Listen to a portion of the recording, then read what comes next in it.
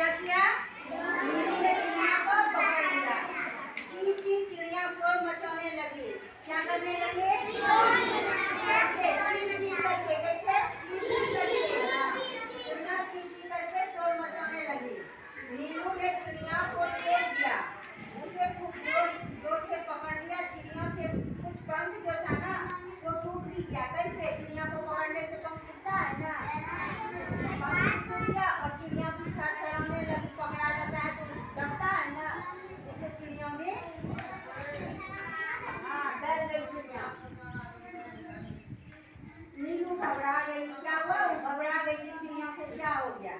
ठीक, वह चिड़िया को कमरे में ले गई। चिड़िया को पलंग पर क्या किया? लिटा दिया। चिड़िया को अपने पलंग पर सुला दी। चिड़िया को क्या हो गया? थरथराने लगी। चिड़िया को थरथराने लगी। चिड़िया उसी कुर्सी खींच के उसी पलंग के पास बैठ गई। कौन? नीलू। कौन बैठ गई? नीलू।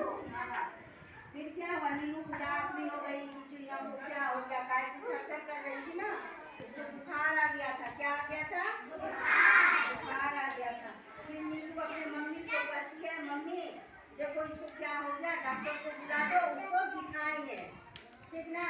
तो जाके ना डॉक्टर, उसकी मम्मी फोन की डॉक्टर को। डॉक्टर आया, फिर डॉक्टर से उसकी मम्मी दिखाई तो डॉक्टर बोला इसको तो बुखार हो गया। फिर डॉक्टर ने दवाई दिया, चिड़िया को खिला दिया दवाई।